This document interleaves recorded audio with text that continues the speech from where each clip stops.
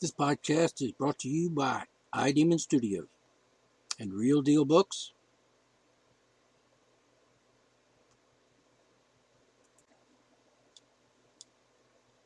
I'm D. McClung, and this is Archer Monologue.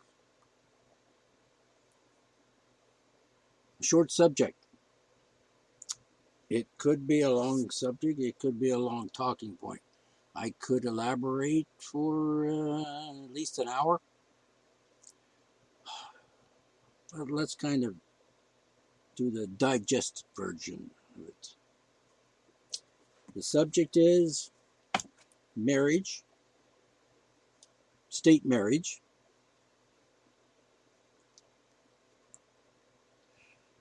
and human rights. All right. State marriage. That's, as you understand it, I'm sure, where you go to the courthouse and apply for a license to join the program called marriage.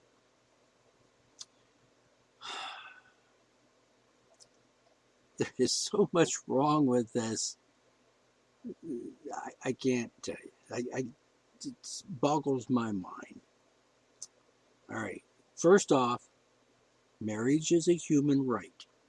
I could add some words to that, adjectives, I suppose.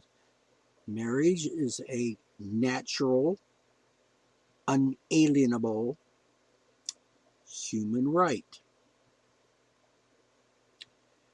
In America, I'm not going to say in the whole world because I'm not going to get into the various customs and rituals, etc., of other societies, other cultures, like Europe and Africa and Asia and whatever. Let's just say in America.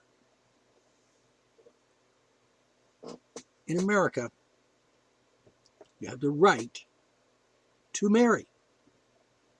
That is to say, engage in a mutual,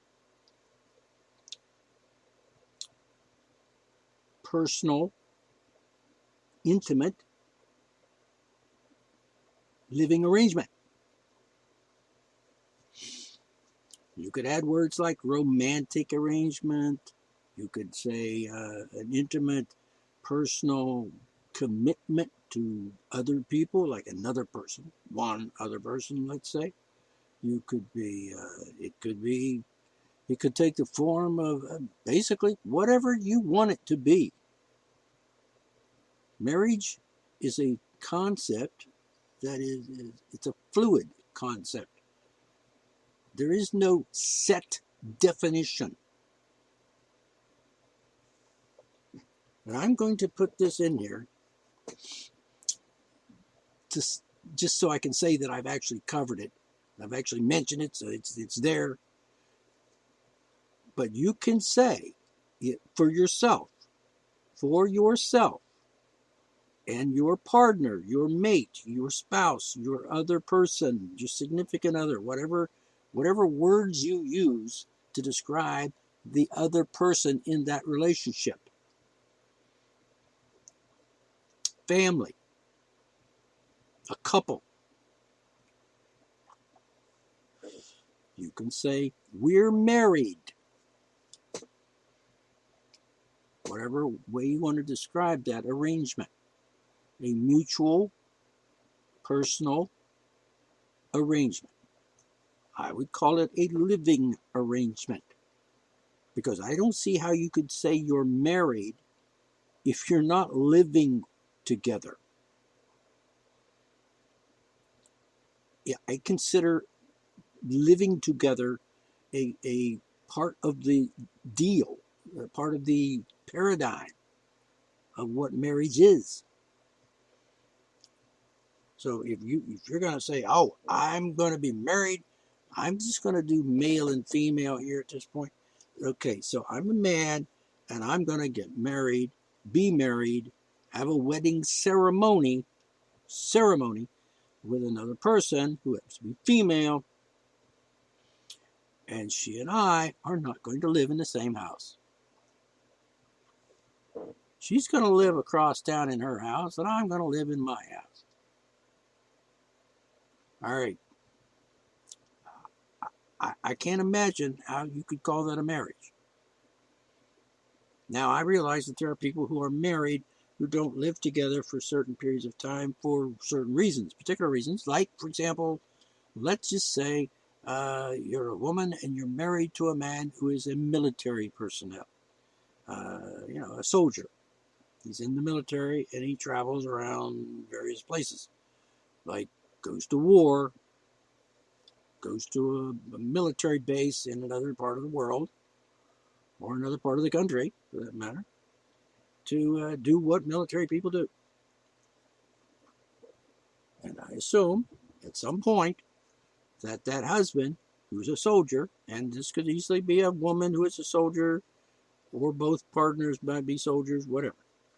But if he's living on a military base and you're living at home with your mom and with your folks, because he's out of town and he's not there, and you don't have the means to say maintain a home of your own.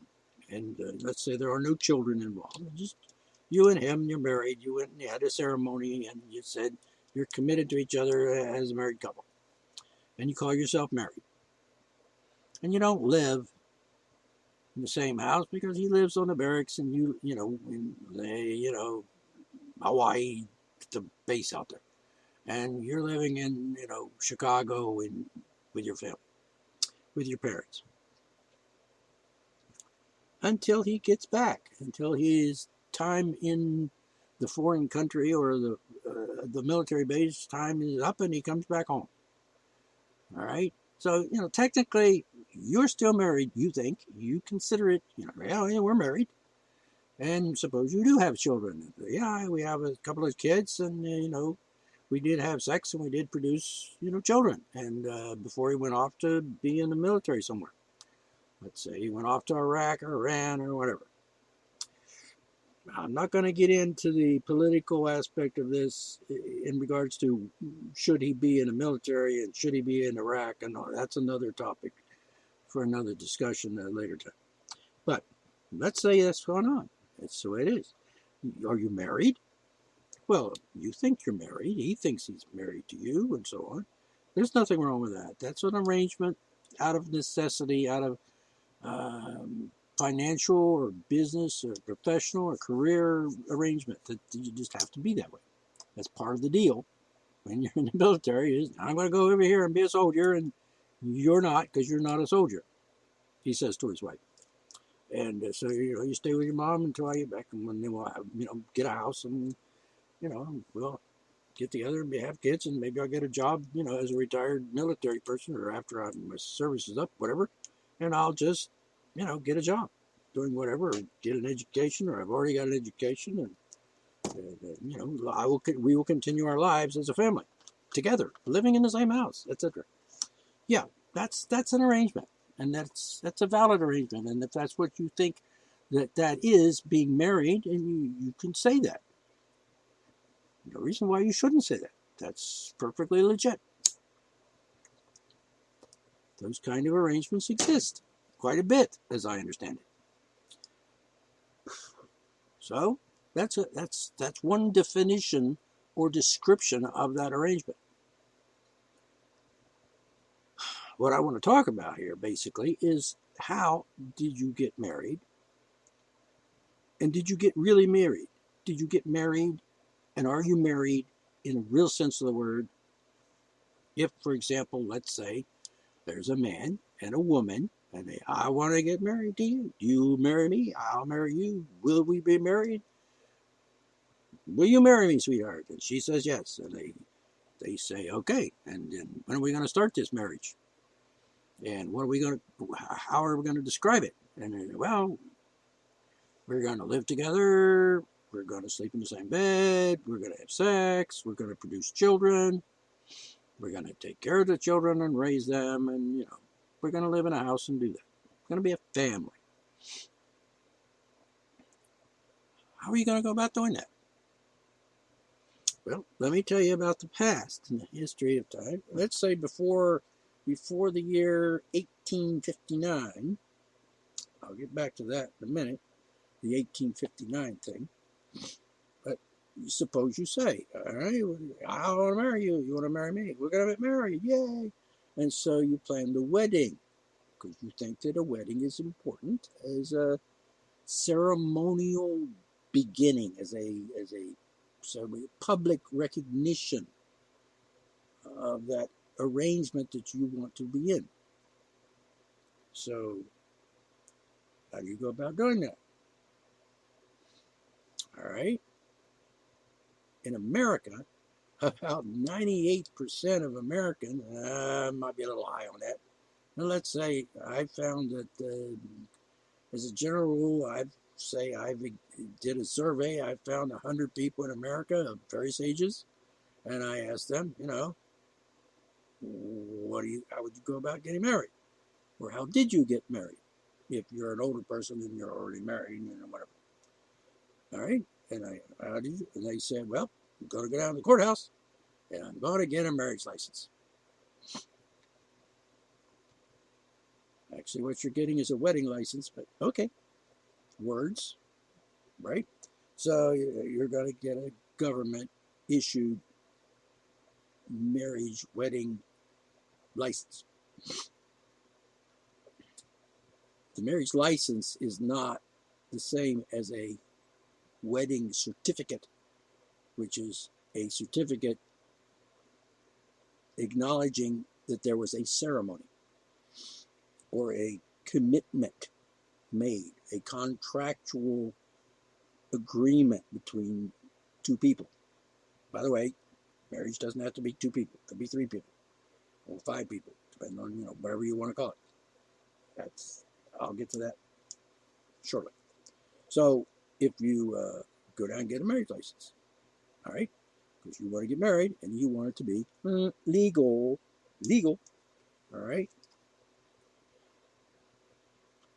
Well, let me tell you something. That's not reality. That's not the way it is. It's not the way it works. That's not the right way to look at that.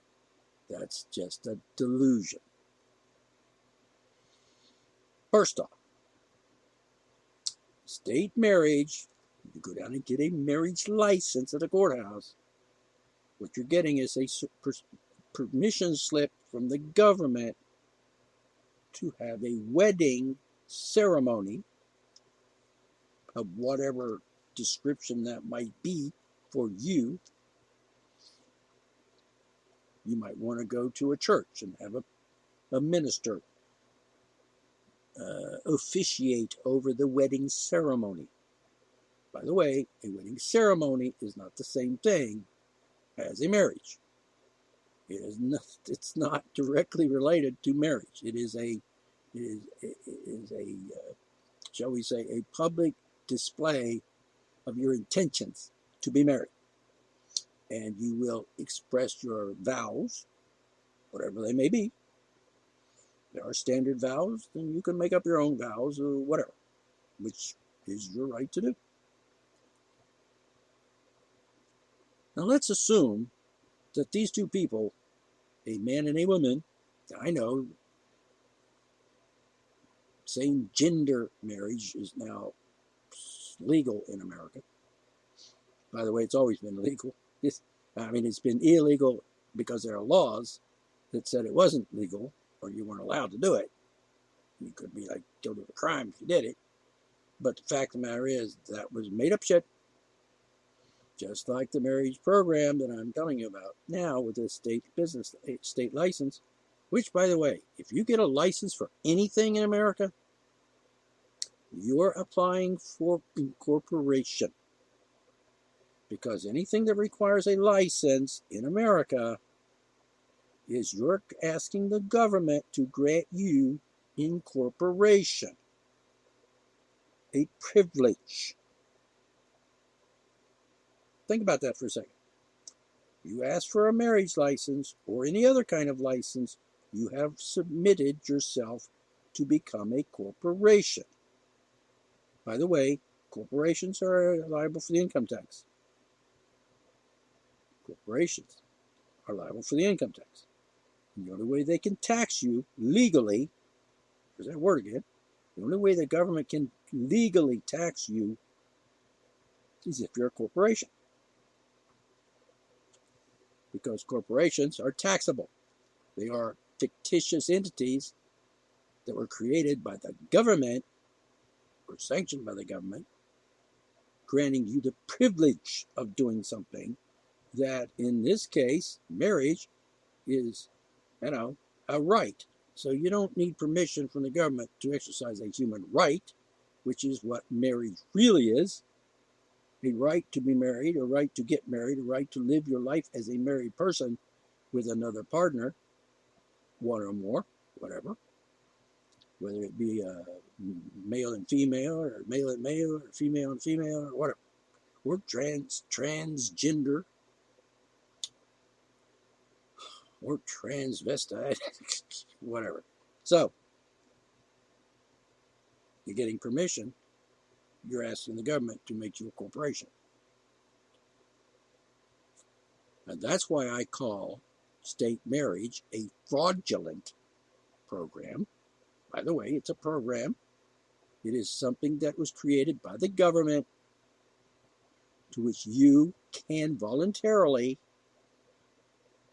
submit and forfeit your right to marry for the privilege of getting married and being married. This is all historical, documented, legal fact. And if you don't believe me, you can look it up like I did. I did have a little help. There's a man named Dave Champion, who is leading experts on the criminal application of the income tax, who wrote a book called Income Tax, Shattering the Myths. Good book. It's worth every penny, whatever he charges you nowadays. You can buy it. It used to be $100. I got it for $50. You might be able to get it for cheaper than that now. I don't know. It's still available, even though the government tried to stop it. They couldn't, because he's entitled to his freedom, freedom of speech. He has a right to express his thoughts and opinions on anything, including the income tax and the fraudulent, criminal, thieving IRS income tax application. Get the book. Anyway, he also wrote an article one time, quite a while ago, which I haven't been able to find lately. I don't know why he has taken it off his website, and it might still be on his website somewhere, but I don't see it. I haven't found it. I should look for it again, because maybe it's still there. I think I copied it and put it on a disk for future reference, and I've got it somewhere in my stack of 500 disks here somewhere. He explained this all from the very beginning to the present time regarding the traditions in America, for example, of getting married. Before 1859, and even after that, the traditional way of getting really married was you have a ceremony, I suppose, in your church with your preacher or your minister or whatever your religious official person might be called. And you had the ceremony, which is a ceremony. It's a ceremony. It's just a cultural, ritualistic thing. It has no legal value. And if you go down to, if you were to go down to your preacher and your minister and say, we want to be married, we want to have a ceremony, or a wedding, as they call it, but it's a ceremony, wedding, same thing.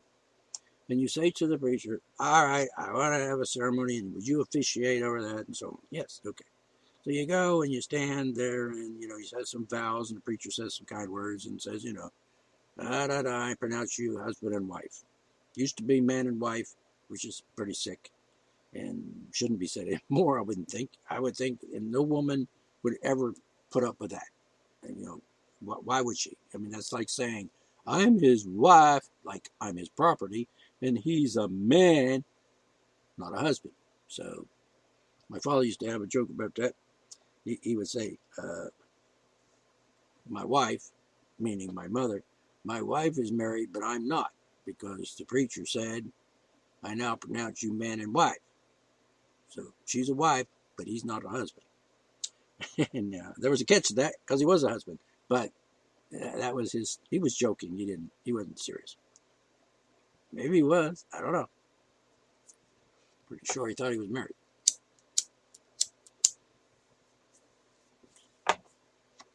Pretty sure he considered himself a husband. So anyway, if you consider this ceremonial thing, you got the preacher, you go do that. Preacher will, I would assume in most cases nowadays, if you wanted to make this thing official, I didn't say legal, I said official, meaning you wanted it documented and recorded in the courthouse for whatever reason, thinking that's the only way I can do it. But it's not true. Of course you can. You don't have to. I think I started out with 1859 there. Okay, we'll get back to that.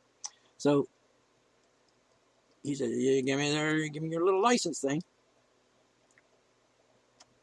your little incorporation piece of paper, permission to do a privilege instead of a right kind of a thing." And then he has that and signs off on it after the ceremony. You know, I now pronounce you man and woman, or husband and wife. I would think. I wouldn't think anybody would accept man and wife anymore. It's just so archaic and it's just stupid.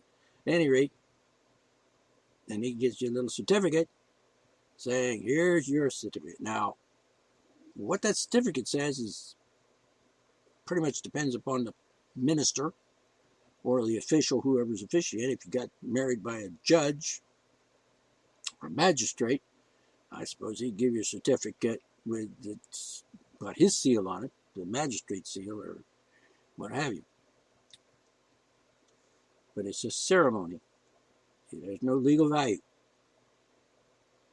The legal value comes in, have you both consented and agreed mutually to participate in this arrangement, this contractual arrangement? Yes, I do. Yes, I do.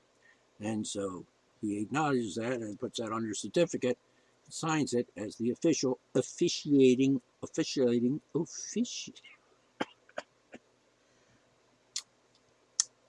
directing the ceremony. And they conducted the ceremony with a little vows and a little thing, and you maybe have a little party after and some dancing, whatever you want. Go off to your honeymoon and do whatever. So that's just paper. That's just a social custom, a tradition. It's in accordance with what people believe is the way it's done. But that doesn't change the fact. It doesn't take away from the fact. It doesn't alter the fact that it's just fabricated for show. Except when you sign a certificate and have this wedding certificate, some people call it a marriage certificate. That's not what it is. But if you've got a marriage license, then there are words that are associated with this government program, scheme, fraudulent scheme. And if you're going along with that, you got this little certificate. We're married, says it right here. By the way, I was married. I am married. I am married really, and I am not a participant in the government program. I was a couple times before I realized I was an idiot. And I'm not playing that game anymore. So I don't do that because I realize what the state marriage thing is now. I realize it. I've been educated, enlightened. And as I was saying, Dave Champion wrote a little article explaining all of this from way back in tradition, where when you got married, your name was put in the family Bible. And that was your marriage certificate. You didn't get anything down to the courthouse. They didn't even do that back in the way days. You put it in the Bible, it's official. Family Bible was usually held by the matriarch of the family. So mom, grandma, great-grandma passed that family Bible down to the proper person of the family, head of the household, head of the family. And that just was your proof that you were married. You know, if you want to say it, you could say, in the eyes of God and man, whatever. Someone says, are you married? And then, sure, look up there. It's in the Bible. Family Bible says Jim and Mary got married on such and such a day. And, witnessed by the preacher or whoever. That's the way it used to be done. And I imagine there were people who didn't do that either, because not everybody was a Christian, in America even. And there were people that were Jewish, and there were people who were Catholics, and there were people who were, I don't know, atheists, or shall we say agnostics, and they didn't relate being married having anything to do with religion or God, because it's a social construct and a legal construct, and a fabricated one if you're going to get a state marriage license, because that's a total fabricated nonsense. You follow me so far? All right. So in 1859, I'm going to go ahead and throw this in here. In 1859, and I'm going to say this as an observation, an opinion, shall we say, is I believe that in 1859, in America, that, just on the side, there used to be, and I don't know if this is still true or not, but in places like China or Asia, Japan and so on, you went China, I think I read about this one, where the couple would go down to the little temple-y thing, and they would go in together, the two of them. I don't know if there was anybody else with them. Maybe, maybe not. And they would sign their names on the book, the registrar, on the book, which was like, in America, it'd be like the family Bible, but in this case, it was the community ledger, or log of events. Important events like marriage. And I suppose they might have had one for, registering your child or whatever to make that official so everybody in the community would know, this is my son. He gets to inherit my stuff. All right, so, but that's the way they did it. And I don't know if the government had anything to say about that. I don't even know if there was any religious thing because, China wasn't Christian. I'm guessing probably not a whole lot of Christians in China right now. Maybe. See what I'm saying? So, different ritual, different custom, cultural traditions, and so on. But, no state license. So we had, for 1859, we had some people who decided that we need to regulate marriages, or the coupling or mating or pairing off of human beings, We have to control that because that's not a good thing. They just marry whoever they want. And, even if they put it in the family Bible, maybe they're not so many Christians and they don't do that anymore. They just said, we're married. And common law, they called it. And they said, well, you can't be having, there was a big deal there going on about slaves. And they didn't want black people marrying white people. Now, this is my opinion, and this is something I've observed over my research and so on, that I've come to this conclusion that it's a very good likelihood. Because why would it happen then? Why would it happen in 1859 when this slavery thing was a really big issue?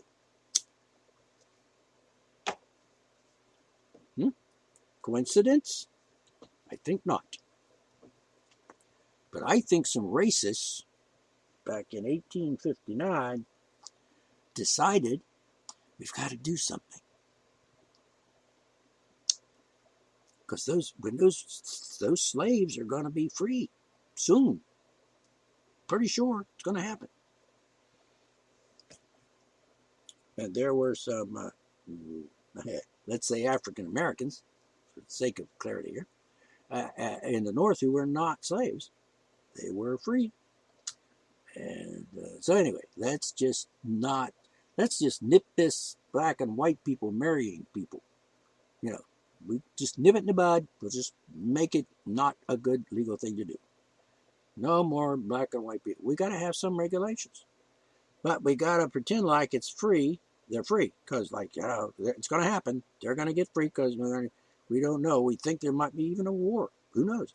And because we're fighting a lot about it now, like, let's make these states free and not have these free, and all the different kind of things going on with the Civil War happened, and then after that, proclamations were made and laws were passed and amendments for the Constitution were passed and so on. And, the black folk were free and supposedly equal, but that didn't happen. But nonetheless, well, we can get married now. We don't have to just, let the plantation owner guy just rape us and shit. Do whatever. We produce little babies so he can be slaves. Increase his property value, so to speak. So anyway, I think races got together, said, let's make this thing about the law of marriage, and you got to have a license. And it appears like, it's free. You can get it. Just go down to the courthouse and get a license. No big deal. Maybe it costs you 25 cents or something, whatever, to get that license. But when you go to get it, man and woman have to go there, stand in front of the county clerk, and say, marriage license. And the county clerk's going to look at you and say, black man, white woman, no. You're not getting a license. Not going to happen because we don't approve of that kind of thing. And that's why I think the state marriage thing came about. Now, federal government, of course, said, let's make some kind of basic thing like between a white, marriage is between a man and a woman. One man, one woman, preferably white. And, of course, both have to be white or both have to be black. Well, it was against the law for a black person to marry a white person in America during that time and around in the area. Well, gee. Well, that's kind of screwed up a little bit. You know why it's screwed up? Because, marriage is a right. It's a natural right. It means, if you want to mate with another person, whatever, that's your right. You don't have to have permission. But the state says, we're going to make you ask permission because we don't want you doing that, because that's you'd be like too free. You'd be able to exercise your right and can't. We're going to have to convince these people that they don't have a right to get married. But we don't want to tell them that. We just got to make it like, we'll just call it state marriage. And we'll define it as one man, one woman. 2 white people or 2 black people, but never one of each. All right, you get my drift? That's what I think happened. And then after the Civil War and all that was settled, and then proclamations were issued, which was just for the black slaves for the slaves in the Southern Confederacy states, not had nothing to do with North.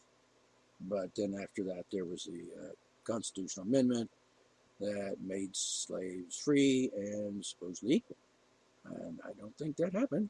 Free, maybe. Slaves, equal? Nope. That wouldn't happen for another 100 and some years. As it turns out, they're still not equal, even now, which is really disgusting. But the marriage thing.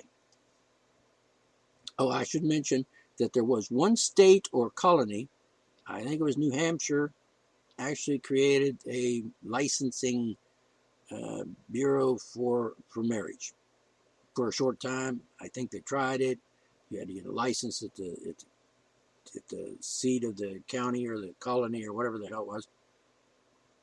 And that was, I don't think that lasted very long. I think that actually stopped existing before the federal initiative to create the marriage licenses in the states all over.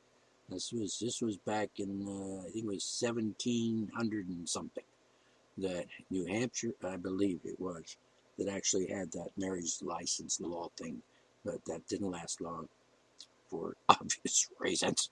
Because they were weird people up there. So anyway, tradition. And marriage is Well, let me finish up that thought.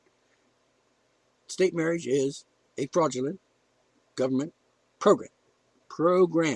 That's like a program means you can join this program, or you can say, nah, I don't think so.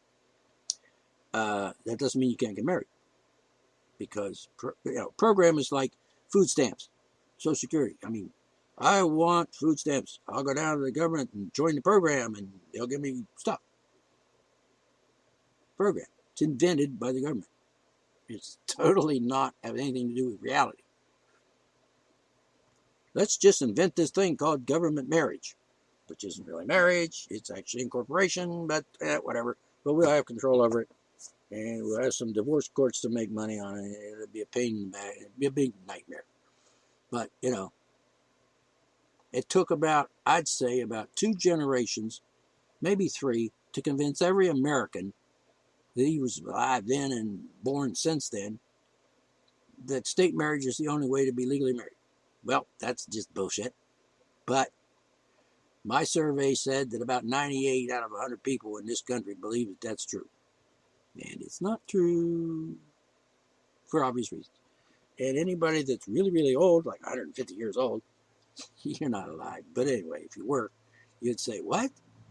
Oh, by the way, Abraham Lincoln was the last president, that was not state married.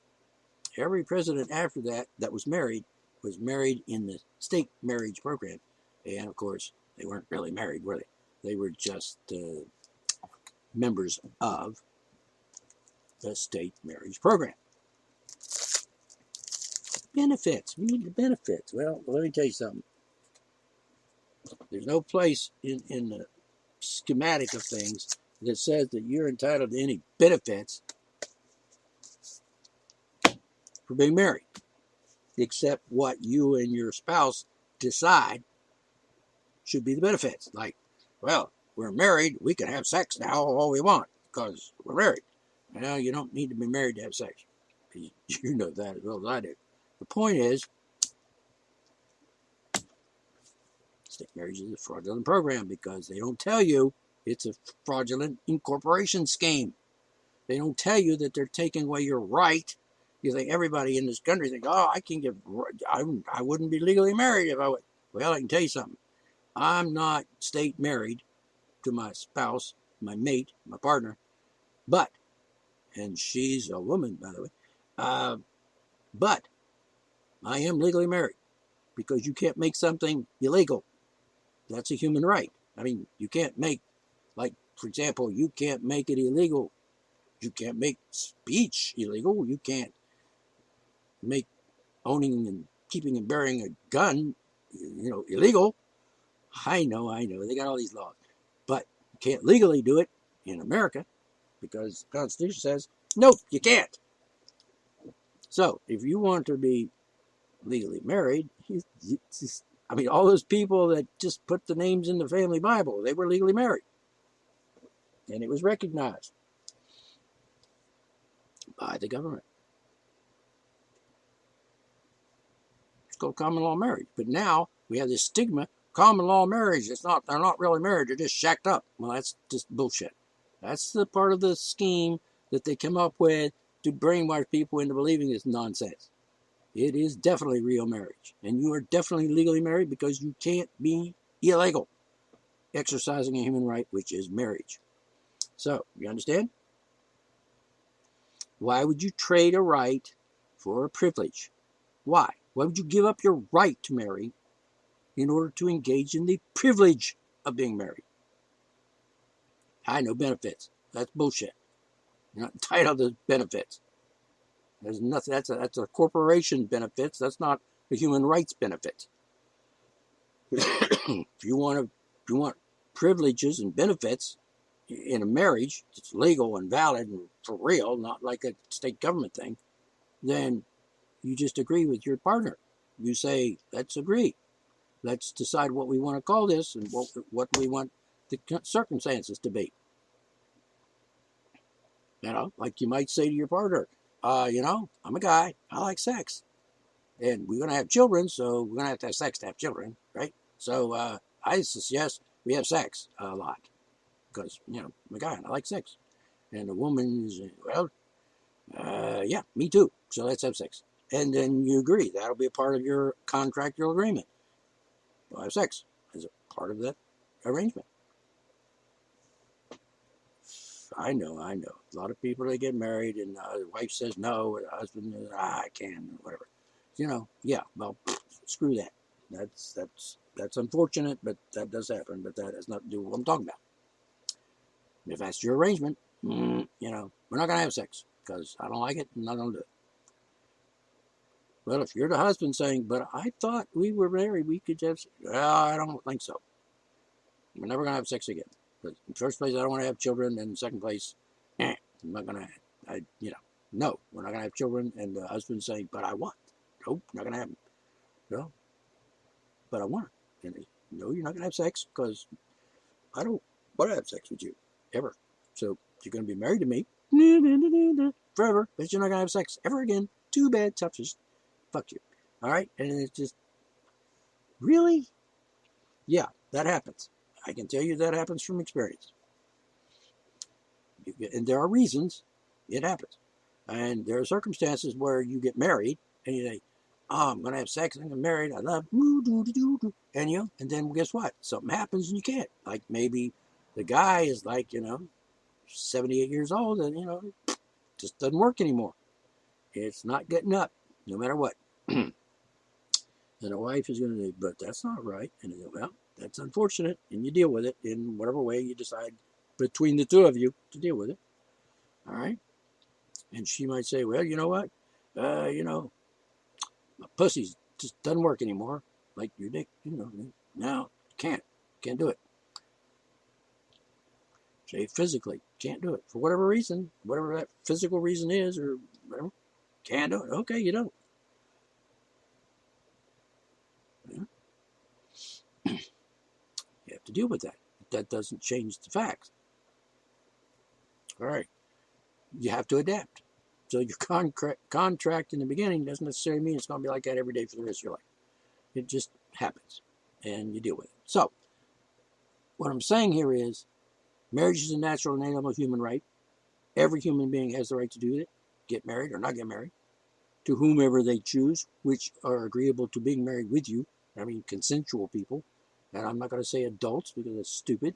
Won't get into that. But, if you got a brain and you can say yes or no, or I do or I don't, or I will or I won't, or I agree to or I don't agree to. I mean, as long as you can consent, with a brain, with your mouth and shit, yeah. And I won't get into the age thing, but I'm not going to say consenting adults. That's stupid. I'm not going to get into that at this point. Anyway, marriage. State marriage, not true, not a marriage, not real. It's a privilege. You ask for that privilege when you ask for a license. Anything you have to ask for a license for is a privilege. And if you get it, you've got incorporated, because that's the whole concept of what an incorporation is. Corporation is getting a permission to come from the government to engage in something, which is a privilege. You don't have to have permission to engage in a right. So if you're getting a license to get married, guess what? You're not asking for permission. You're asking for permission to exercise privilege. I just said you don't have to. Anyway, so you get that? I'm out of time for this episode, but I might continue on this on part 2. So, okay. So for now, I'll catch you next time. Remember, D. McClung, Art to Monologues, where I talk and you don't. Bye-bye.